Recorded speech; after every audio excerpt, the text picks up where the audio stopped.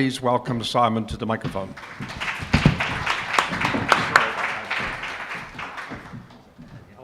Good evening, everyone. I hope you can hear me. Thank you very much to Stuart and to Kathy and to everyone for coming. I mean, I always think there's going to be 10 people at these things, so I'm always confounded. It's wonderful, isn't it? I did one of these a few years back on Spain, and again, I was thinking, must be 15, 20 people. Who cares about Spain? It was a vast mob. Some of you were there. It was a great evening. Really enjoyed it. And I'm looking forward to this one as well, not least because I actually know a little bit more about Britain than I do about Spain. So, having spent 45 years of my life there. And thank you to Jake as well. He's covered a lot of ground. So, you know, some of the things that I was going to talk about, Jake has covered already. He's the media expert. I'm the political scientist, so I'm the kind of interested in the politics of Jeremy Corbyn.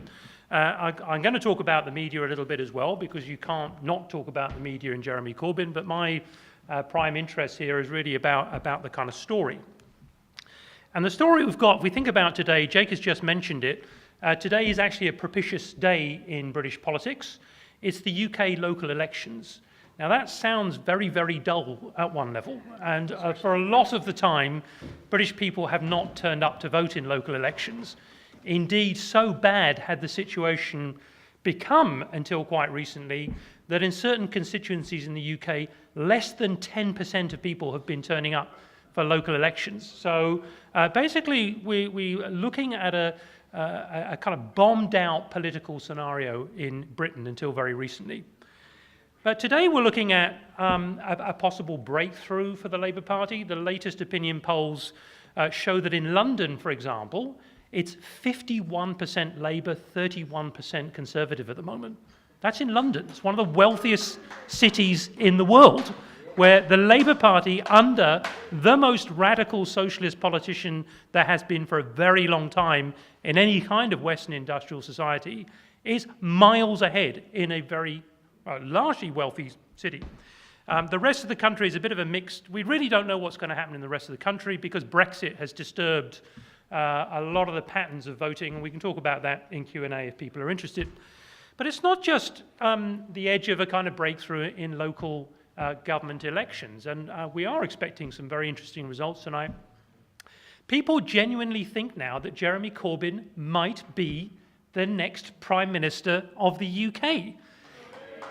Absolutely. I mean, hold on a second. This is the same Jeremy Corbyn who was almost a kind of self-nominated outsider political figure for 40 years, since 1980. He rebelled against his own government 480 times. That is a record for either political party.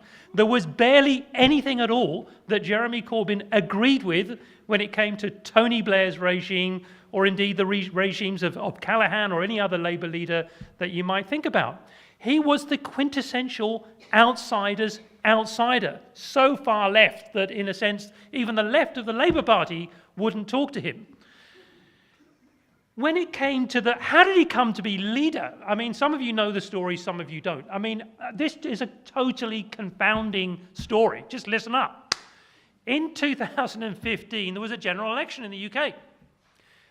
The lead, it was Cameron against Ed Miliband. Ed Miliband lost rather more heavily than he had imagined, so he stepped down, triggering a Labour leadership election. Along stepped forward three identikit politicians: Liz Kendall, Yvonne Cooper, Andy Burnham. You could not cut the difference between them politically with a tissue paper. And so, as far as the Labour Party is concerned, this is a bit of a non-election, right? Can't we spice this up a bit? Diane Abbott suggests to her own colleagues that, well, maybe we just ask someone from the far left to stand to make it look like we're having a democratic, election kind of thing. Like, oh, we know who we can do to spice the thing up. The ultimate outsider's outsider, straw man, Jeremy Corbyn. No one expected Corbyn to win. He was miles behind. In his own parliamentary Labour Party, he polled 32 votes out of 145. But of course, the Labour Party's election rules for its leader determined that the membership of the party carries over half the weight in terms of the votes towards that leadership election. And he mashed them, 60%. All the other candidates shared 40% between them. He was made leader of the Labour Party, just totally against the grain. No one could have seen that. We move on a year to 2016. What happens? His own parliamentary Labour Party is so far to the right of Jeremy Corbyn, they have a vote of no confidence in him and insist on another leadership election. 2016, they have another one. Owen Davies steps forward. He gets smashed as well. Jeremy Corbyn then stands in a national election against Theresa May. The predictions of that national election was that Theresa May would win between a 120 and 150 seat majority. I was very conservative. I put $10 on 90 seat majority for Theresa May. I just thought, there's no way she's going to get 150 or 120 or 100, it'd be 90. She didn't get any majority at all. Jeremy Corbyn got the largest share of the Labour vote since the 1940s. Over and over again, the media has said, Corbyn's a loser. He's an outsider. He's someone who can't win. Don't back him. That includes, and Jake hasn't mentioned this, a paper that many of us read online, The Guardian. The Guardian is supposed to be the newspaper of the left in the UK. There isn't a single columnist in The Guardian who has backed Jeremy Corbyn at all, ever, for anything. So what have we got? We've got a total media blackout. Even that part of the media that is supposed to be sympathetic to the left, if you like, broadly speaking, the progressive left, has been completely against Jeremy. Read any of Polly Toynbee's columns of 2015, 2016. No, Corbyn, he's a loser. You can't do anything with him. Today, ladies and gentlemen, the Labour Party has increased its membership from 200,000 members, roughly the same as the Australian Labour Party, about 1% share overall of party membership in the UK. Today, it is 650,000 paid members. It's the largest party in Western Europe. It's probably the most dynamic political party in any advanced democracy, in any of the major democracies that we can think of. It has mobilized and stirred and got an awful lot of people thinking there must be some alternative to the current political situation in which they find themselves. So for a political scientist like myself, who has been confounded at every move with the Corbyn phenomenon, how do we bloody well explain this thing? It really is, you know, when you think about the media and you think about the political punditry, the political scientists, absolutely, still today, there really isn't anyone out there who thinks that Corbyn is going to do anything other than trip over his own bootlaces and lose the next election. But he's confounded expert opinion every single time. Let's not forget that. So for those who might be a bit askance at Corbyn, might not be for Corbyn and so on, he has proved all the doubters, including myself, wrong for the last 3 years. It's the most extraordinary story. How do we understand that as a kind of general phenomenon? There's a couple of things here, and then I'll shut up because Q&A is actually the most interesting part of the evening. But how do we understand this? There's a couple of things. I'm going to put three things forward here. I'm going to start with the point that Jake ended with, which is about social media. Because social media has changed the media ecology everywhere, not just in Britain, not just Australia, the US, or anything like that. What it has done is to give an outlet to anyone.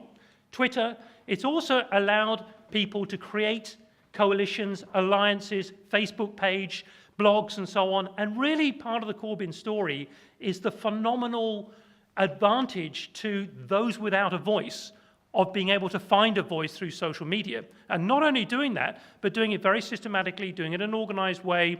Those of you maybe got an iPad with you, a computer, you can look up, for example, Yellow Canary, which is a political online blog, very professional, which was set up just before Jeremy Corbyn became leader of the Labour Party to advocate for a far left or a kind of radical left alternative politics.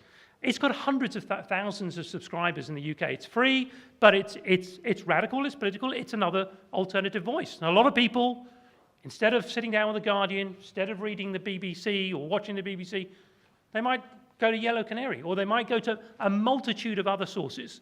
The other things that come out of social media, a phenomenon like momentum, for example, impossible to imagine without a digitally enabled, connective style of politics.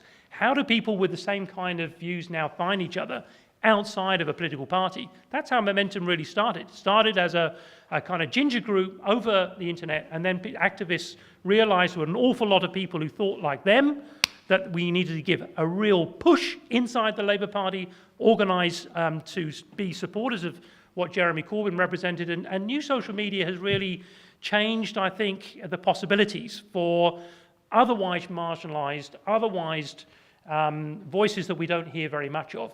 It sometimes feels a bit underground. You have to know where to go, but it's out there. There is a kind of an alternative outlet for those things. I mean, the second thing is really about just the political moment. I mean, what we have seen since 2008 is, of course, the global financial crisis. That has changed the game, certainly in Europe. I mean, in Australia, as we know, it kind of blew over the top of our heads and we didn't really notice it. But those of you who travel to Europe will have noticed it. And I travel there 2 or 3 times a year. The erosion and the degradation of everyday life in Britain, Spain, Italy is visible year by year, minute by minute, if you like. High numbers of unemployed, desperation by young people, very few jobs, bullshit jobs, jobs which are 0 hours contracts and so on. There is a constituency, in other words, which begins to understand and know that the third way politics that Tony Blair stand for, neoliberal globalization, the whole kind of phenomenon of centrist consensus politics around the necessity for open markets, transnational corporations, fluidity of capital, deregulated banking, all of that blew up. And it blew up in New Labour's face. It was Gordon Brown, 3 months before the financial crisis, who stood up in front of a crowd of bankers, very famous dinner, the Mansion House speech, where he basically said, this is the golden age of finance. That was 3 months before the Icelandic banks went bust in 2007, and 1 year before Lehman Brothers collapsed in 2008. The problem was New Labour bought into that myth of financialised capitalism, which backfired and blew up spectacularly in 2018. And every single centre-left party in Europe did exactly the same thing. The centre-left in France, what happened to François Hollande? The most unsuccessful president in the history of the Fifth Republic. What happened to the centre-left in Germany, the SPD? Collapsed completely. What we have noticed across the European mainland is that basically centre-left social democratic parties are standing today in the polls at between 15 and 20%, whereas before they would have been at 35, 40, 45%, and really sort of pushing on towards power. What's happened recently? In Spain, of course, we have setting up of Podemos, a radical left alternative to PSOE. In Italy, in the recent election, we have the Five Star Movement under Beppe Grillo, an anti-political party, if you like. In France, we have Macron, centrist, coming to power. All sorts of populist movements are bubbling up. Populists of the right, of course, blame immigrants, refugees, for the financial catastrophes and recessions. The left, in my view, gets it right. Neoliberal globalization was never a sustainable social formation. It just collapsed under the impact of a massive asset or non-asset risk bubble, which they are clearing up and paying the price for today. So those who got it, and Jeremy Corbyn kind of understood this. You might not agree with swathes of what Corbyn is talking about, but basically his own politics, his own position since the 1970s has been that financialized capitalism, multinational, transnationalized banking would blow up in our face. It would cause an absolutely unparalleled crisis, recession, austerity politics, and so on. And since that moment onwards, of course, what Corbyn has stood for is the most ringing part of his political program is anti-austerity. Anti-taking it out on the ordinary citizens. What does that mean? When Britain's banks went up in smoke in 2008, the Exchequer had to spend £1 trillion propping up the major banks in the UK. Were there any changes at the top of those banks? Did any of those bankers lose their jobs? Was any croquet cancelled because of the global financial crisis, or polo horses sold, or crystal glasses thrown out? No.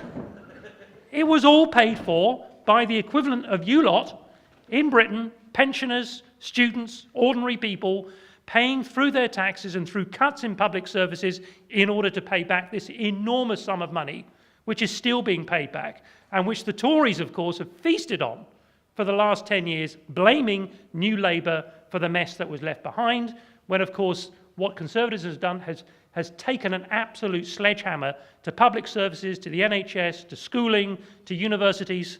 University fees, that's a very important linkage for Corbyn. It's not an irrelevant point, this. The minimum you will pay in the UK is £9,000 a year for university fees. That's $20,000.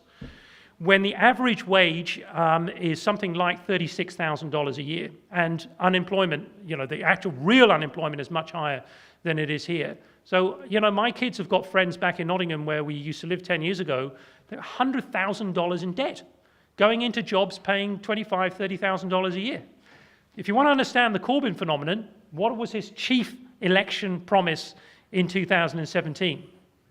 Abolish student fees for university, and also to sort out the debt bubble which has grown around student fees. Instantly, everyone under the age of 25, he's the guy for me, right? Whoa, like, okay. But I mean, he got it right at the election. He said, speak to people's needs, get rid of austerity, public investment, renationalise the railways, steer Britain away from this imperialist kind of colonial style of foreign policy, take money out of that ridiculous defence military budget, put it back into public services. I mean, these are no-brainers for the rest of Europe, actually. That's the ironical thing about Corbyn. Corbyn's radicalism is about as radical as the centre-left in Norway, Denmark, Sweden, Switzerland, and so on. It's not a scary, nasty guy standing out there ready to, create all sorts of mayhem and havoc or anything like that. Actually, a very reasonable, sensible set of social democratic policies which ordinary people have kind of increasingly latched onto. There isn't actually a kind of a Red Scare thing here going on. So a couple of things, and then I'll shut up. I think the social media is important, but without austerity and without the global financial crisis, we don't have a Corbyn story at all, actually.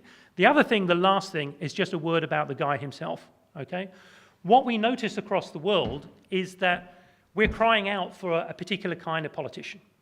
A politician who is principled, who actually stands by what they say. Now, it might be that sometimes we don't like what it is they say. Donald Trump is someone I've got no bloody time for at all.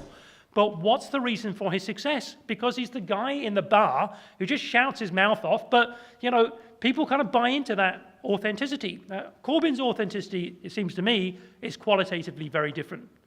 He stands by all the things that he's been talking about since the 1970s, whether it be about Ireland, and we're in the Gaelic Club tonight, or whether it be about the Middle East, whether it be about austerity, whether it be about public investment.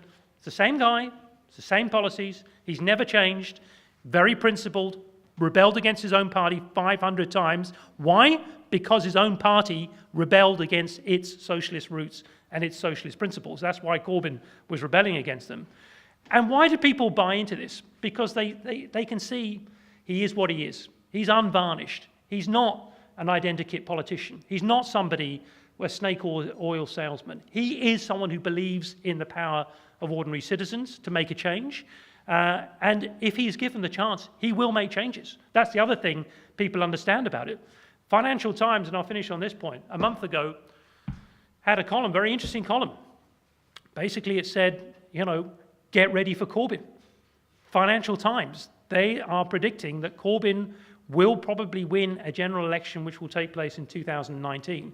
Why? Because Theresa May, those of you following Brexit, the House of Lords has now voted down Brexit 10 times. The cabinet is deeply split, absolutely split, can't possibly make any headway. Customs union, no. This, no.